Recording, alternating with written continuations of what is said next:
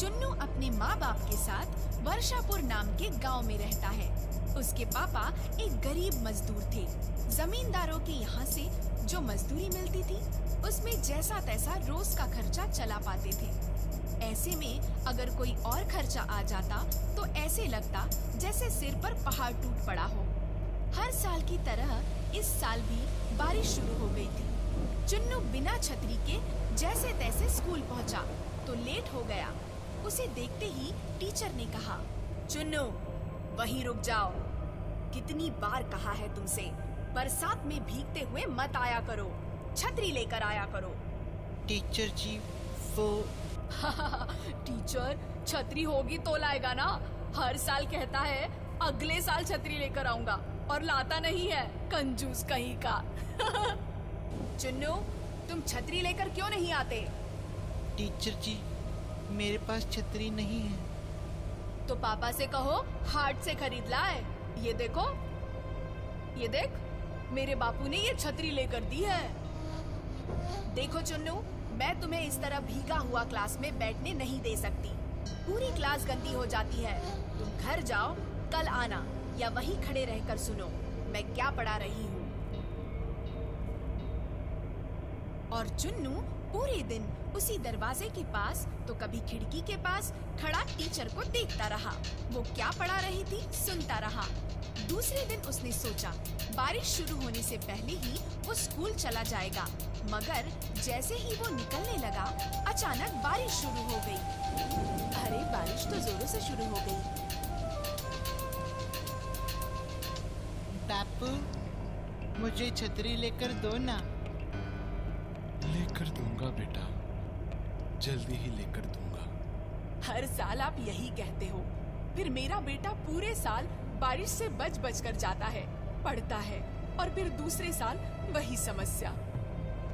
क्या करूं फुलवा, पूरे साल तो मेहनत करता हूँ पर इतना कमा ही नहीं पाता कि 2 वक्त की रोटी के सिवा भी कुछ जुटा सकूं। माफ करना चुन्नू बेटा, मैं तेरे लिए एक छोटी सी छतरी भी नहीं ले पा रहा। दुखी मत होइए बापू, मैं चला जाऊंगा। अरे कैसे चला जाएगा? बारिश। माँ मैं पेड़ के नीचे नीचे से होता हुआ बचता बचता स्कूल तक पहुँच जाऊंगा। बाय अम्मा बापू। अरे लेकिन चुन्नू बारिश से बचता हुआ भागकर एक पेड़ के नीचे पहुंचता है। कुछ देर वेट करता है मगर बारिश है कि थमने का नाम ही नहीं ले रही। वो कुछ देर ऊपर की तरफ देखता है। आसमान पूरी तरह काला है। ओह, बादल तो बहुत गिरे हुए हैं। लगता है आज स्कूल में बहुत लेट हो जाऊंगा। मुझे चलना चाहिए।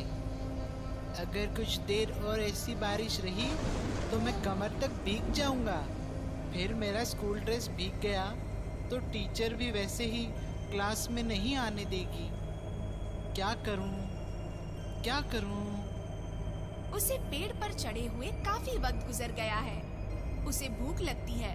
वो अपना पेट पकड़ता है। उसे जोरों की भूख लग जाती है। सोचता है पता नहीं कब बारिश बंद हो, क्यों ना तब तक अपने स्कूल का टिफिन खा लूं।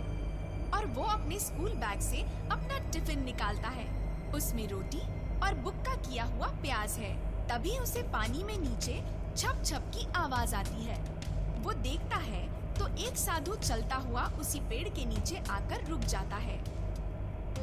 चुन्नू उसे देखता है, फिर अपने भूख का एहसास करके रोटी प्याज के साथ खाने लगता है। साधु उसे खाता हुआ देखता है। चुन्नू दूसरा निवाला खाता है तो देखता है साधु उसे खाता हुआ देख रहा है। वो तीसरा निवाला खाता है तब भी साधु उसे देख रहा है। साधु उसे देख रहा है, ये देख चुन्नू कहता है, बाबा खाओगे?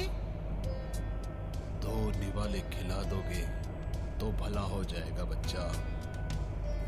आज वर्षा की वजह से भिक्षा नहीं मिल पाई है। 2 निवाले क्या बाबा? 2 रोटी खा सकते हो, पर रोटी के साथ सब्जी नहीं है, सिर्फ मुक्का मारा हुआ प्याज है। जब भूख लगी हो तो हर खाना पंच पकवान लगता है बच्चे। लीजिए। किंतु तुम इस वृक्ष पर क्यों बैठे हो बच्चे? स्कूल जा रहा था बाबा। बारिश तेज हो रही है। पेड़ के घने पत्तों में बचने के लिए यहाँ बैठ गया। छाता नहीं है तुम्हारे पास? नहीं बाबा, बापू से कहा था लेकर दे दो, वो थोड़ा लेकर दे देंगे। ये लो बच्चा, मेरे पास एक छाता है, तुम ले लो। कमाल है बाबा, छाता होते हुए भी आप बारिश में भीगते हुए आए। हम साधुओं को छाते की क्या जरूरत? हम साधुओं को छाते का क्या काम? ठंडी, गर्मी, बारिश, कुछ भी हो, हम तो कुदरत के हर रूप का आनंद लेते हैं। वाह, आत्मा तृप्त हो गई बच्चा, जाओ खुश रहो। कहता हुआ साधु वहाँ से चला जाता है। उसके जाने के बाद चुन्नू भी पेड़ से उतरता है और छतरी खोलता हुआ स्कूल पहुँच जाता है। स्कूल में सभी उसे इतनी बढ़िया छतरी लिए आया देख चौंक जाते हैं। अरे चुन्नू, आज छतरी होकर भी तुम लेट हो गए। अब तो स्कूल छूटने का टाइम हो गया है। कल से लेट नहीं होऊंगा टीचर जी, अभी अभी छतरी मिली है मुझे। जरूर कहीं से चुराया होगा गप्पू। सभी बाहर आते हैं तो देखते हैं बाहर बहुत ही तेज हवा चल रही है, आंधी सी, और फिर अचानक बारिश शुरू हो जाती है। ये देख सारे बच्चे अपनी अपनी छतरी खोलते हैं। 2-3 बच्चों के पास छतरी नहीं है। ये देख गप्पू एंड फ्रेंड्स अपनी अपनी छतरी खोलते हुए उनकी ओर देखकर हंसते हैं। तभी चुन्नू आता हुआ अपनी छतरी खोलता है और उन 2-3 बच्चों से कहता है, आ जाओ, तुम तीनों भी आ जाओ। अरे हम तीनों इतनी सी छतरी में कैसे आ सकते हैं? अरे पूरी तरह भीगने से तो अच्छा है कुछ कुछ बच जाना। आओ, देखो बच रहे हैं ना हम चारों। हाँ यार, तुम्हारी छतरी तो बहुत बड़ी है।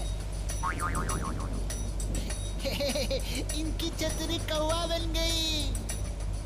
गप्पू आ जाओ, मेरी छतरी में आ जाओ, बारिश बहुत तेज है। नहीं नहीं, मैं आऊंगा तुम्हारी छतरी में। मैं आऊंगा तुम्हारी छतरी में। ए हटो, उसने मुझे बुलाया था। और गप्पू अपने ही दोस्तों को धक्का देकर चुन्नू की छतरी के नीचे घुस जाता है। जैसे ही वो छतरी में घुसता है, छतरी फिर कुछ बड़ी हो जाती है। तभी बाकी दोस्त भी आकर उसकी छतरी में घुस जाते हैं, तो छतरी और भी बड़ी हो जाती है।